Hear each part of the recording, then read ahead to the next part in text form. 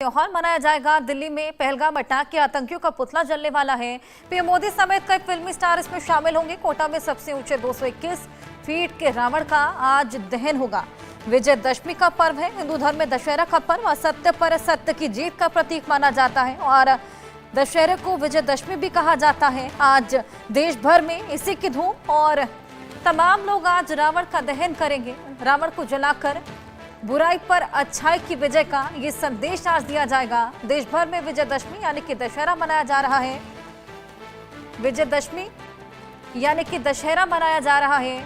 विजयदशमी को बुराई पर अच्छाई की जीत का प्रतीक माना जाता है। भगवान राम की पूजा की जाती है। बुराई के प्रतीक रावण का पुतला फूंका जाता है और आज देश भर में जगह जगह रावण का पुतला फूंका जाएगा।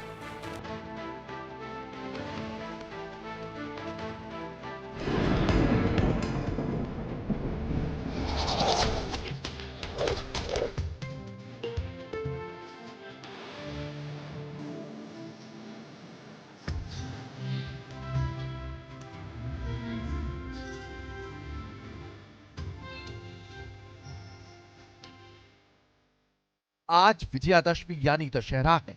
देश भर में ये त्योहार धूमधाम से मनाया जा रहा है। हर साल ये त्योहार आश्विन मास के शुक्ल पक्ष की दशमी तिथि को मनाया जाता है। मान्यता है कि इसी दिन भगवान श्री राम ने रावण का वध कर धर्म की स्थापना की थी। इसी वजह से पर्व को अच्छाई की जीत और बुराई के अंत का प्रतीक माना जाता है।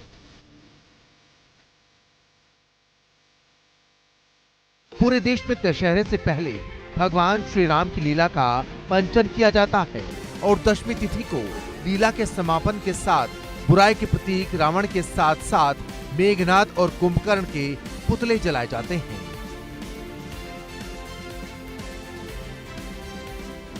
ये परंपरा भारत में सदियों से चली आ रही है।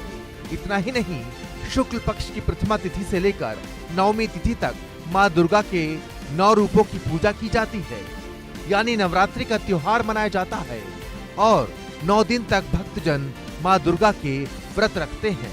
दशमी तिथि 1 अक्टूबर की शाम 7:01 पर शुरू होगी और 2 अक्टूबर को दशमी तिथि का समापन शाम 7:10 पर होगा। उदय तिथि के अनुसार 2 अक्टूबर यानी आज ही दशहरा मनाया जाएगा। हिंदू धर्म शास्त्रों के अनुसार दशहरा के दिन श्रवण नक्षत्र का विशेष महत्व है। कहा जाता है कि दशमी तिथि दोपहर में हो या ना हो, लेकिन जिस समय श्रवण नक्षत्र विद्यमान हो उसी दिन विजयादशमी मान्य होती है। आज श्रवण नक्षत्र सुबह 9:13 से 3 अक्टूबर सुबह 9:34 तक रहेगा। दशहरा पूजन का शुभ मुहूर्त सुबह 9:44 से दोपहर 1:36 तक है। दशहरा के दिन रावण दहन हमेशा प्रदोष काल में किया जाता है। प्रदोष काल का समय सूर्यास्त के बाद शुरू होता है। सूर्यास्त का समय आज शाम 6:05 पर शुरू होगा और इसी के बाद से रावण दहन भी शुरू हो जाएगा। रावण दहन का शुभ समय शाम 6:06 से शाम 7:11 तक रहेगा। दशहरा या विजयदशमी का दिन धार्मिक दृष्टि से बेहद खास माना जाता है। इस दिन केवल रावण दहन ही नहीं होता, बल्कि पूजा अर्चना का भी विशेष महत्व है। पौराणिक मान्यताओं के अनुसार दशहरे पर मां दुर्गा, भगवान श्री राम और शस्त्रों की पूजा की जाती है। परंपराओं के अनुसार इस दिन योद्धा अपने शस्त्रों की पूजा करते थे ताकि युद्ध में विजय प्राप्त हो। मान्यताओं के अनुसार दशहरा को नए कार्यों की शुरुआत के लिए भी शुभ माना जाता है। इस दिन घर में समृद्धि लाने वाले काम किए जाते हैं और लोग अपने बच्चों की पढ़ाई या व्यवसाय की शुरुआत का संकल्प लेते हैं। इसे जीवन में सकारात्मक ऊर्जा और सफलता की राह खोलने वाला दिन माना जाता है। Bureau report, India news. तो दशहरे की धूम है और जगह जगह रावण का दहन होना है। आज कैसा उत्साह है, कैसी रौनक है, आइए ये हमारे तमाम सहयोगियों से जानने की कोशिश करेंगे। सबसे पहले हमारे साथ अभिषेक जुड़ गए हैं। अभिषेक के पास चलेंगे। अभिषेक, क्या तस्वीरें हैं, क्या तैयारियां और कितनी रौनक देखने को मिल रही है? बिल्कुल, देखिए हम गोरखपुर में मौजूद हैं, बाबा गोरक्षनाथ की नगरी, और मुख्यमंत्री योगी आदित्यनाथ खुद आज यहाँ नाथ संप्रदाय की परंपरागत तौर पर विजयादशमी के इस पावन मौके पर क्योंकि वो मुख्यमंत्री के साथ साथ गोरख पीठ के पीठाधीश्वर भी हैं, लिहाजा एक और बड़ी जिम्मेदारी है उन पर कि आज इस कार्यक्रम में वो अगुवाई करते हुए और साथ ही साथ विजयादशमी की जो परंपरा रही है नाथ संप्रदाय की कि जो भी पीठाधीश्वर होता है वो दंडाधिकारी के तौर पर होता है, लिहाजा वो खुद इस शोभा यात्रा की अगुवाई करते हुए नजर आएंगे। शोभा यात्रा की शुरुआत शाम को होगी तकरीबन 4 बजे, जो गोरक्ष पीठ से होती हुई मानसरोवर रामलीला मैदान तक पहुंचेगी। वहां तक वो जाएंगे, रास्ते में तमाम लोग उनका अभिवादन करते हुए नजर आएंगे और वो भी लोगों का अभिवादन स्वीकार करेंगे। और एक बहुत बड़ी दिलचस्प बात ये कि तकरीबन 5 पीढ़ियों से एक मुस्लिम परिवार, जो गंगा जमनी तहजीब की बात कही जाती है, उसका जीता जागता उदाहरण यहाँ पर इस शोभा यात्रा के दौरान देखने को मिलता है। और 5 पीढ़ियों से लगातार यानी 100 साल से भी ज़्यादा वक्त हो चुका है जब वो मुस्लिम परिवार इस विजयादशमी के मौके पर निकल रही शोभा यात्रा का सबसे पहले अभिवादन करता है, अंगवस्त्र देकर फूलों की वर्षा करता हुआ।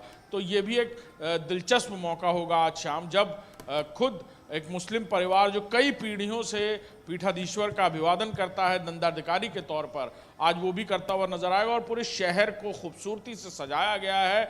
मुख्यमंत्री के साथ साथ पीठाधीश्वर भी हैं, क्योंकि मुख्यमंत्री योगी आदित्यनाथ और आज यहाँ दंडाधिकारी के तौर पर शोभा यात्रा निकालते हुए नजर आएंगे। और साथ ही साथ 163 साल पुरानी रामलीला का मंचन यहाँ गोरखपुर में होता नजर आएगा। इसी तरह पूरे प्रदेश की बात करें तो परंपरागत तौर पर रामलीलाओं का मंचन, देश विदेश से आए हुए कलाकार, अयोध्या की बात करें तो तमाम जगहों पर भव्य जो कार्यक्रम है उनका आयोजन रखे गए हैं। जी बिल्कुल, वाकई अभिषेक, जिस गंगा जमुनी तहजीब की आपने बात की वो भी एक बेहद बड़ी मिसाल वहाँ पर पेश करती है। आपके पास वापस लौटूंगी, मुंबई से हमारी सहयोगी उनाइजा हमारे साथ जुड़ गई हैं।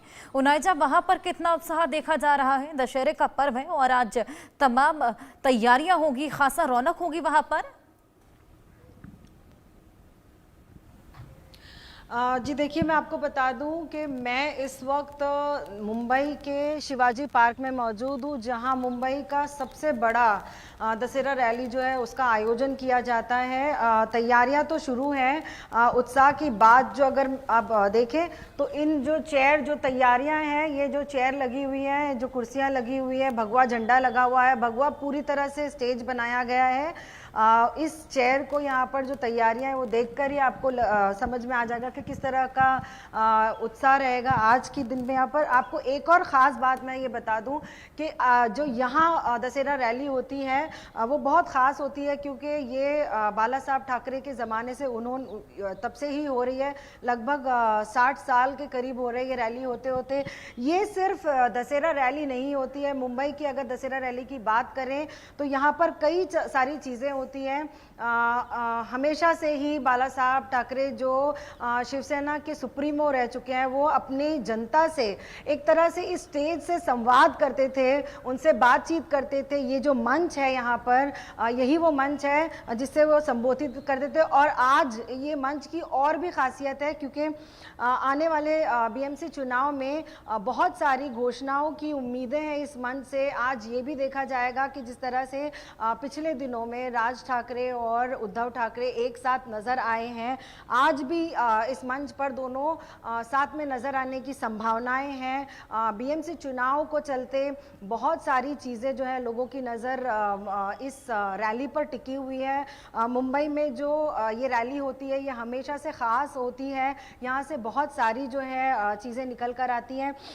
मुंबई में टोटल जो सीट्स हैं उन 224 सीटों पर चुनाव होना है। आज के दिन पे ये भी अनुमान लगाया जा रहा है कि दोनों भाई साथ आएंगे और कुछ घोषणाएं होंगी दोनों की तरफ से, इसलिए आज का दिन जो है आज की इस साल की रैली और ख़ास मानी जा रही है, क्योंकि हमने पिछले दिनों देखा कि जिस तरह से राज ठाकरे और उद्धव ठाकरे साथ आए हैं, अलायंस की जो बात हो रही है, शायद अनुमान लगाया जा रहा है कि आज उस अलायंस की घोषणा होगी और बहुत सारी क्लैरिटी होगी। इसलिए भी आज की ये दशहरा रैली जिस तरह से देखी जाती है खास है। लगभग पिछले साल की बात करें तो लगभग 2 लाख से ज़्यादा जो है यहाँ पर लोग मौजूद थे, इस रैली को अटेंड कर रहे थे। और आज भी चूँकि आने वाले बीएमसी चुनाव है, लोगों की नज़रें आज की रैली पर टिकी हुई हैं, क्योंकि बहुत सारी घोषणाएं होने की उम्मीद है, इसलिए और भी ज़्यादा जो है लोगों के यहाँ पर आने की उम्मीद है। जो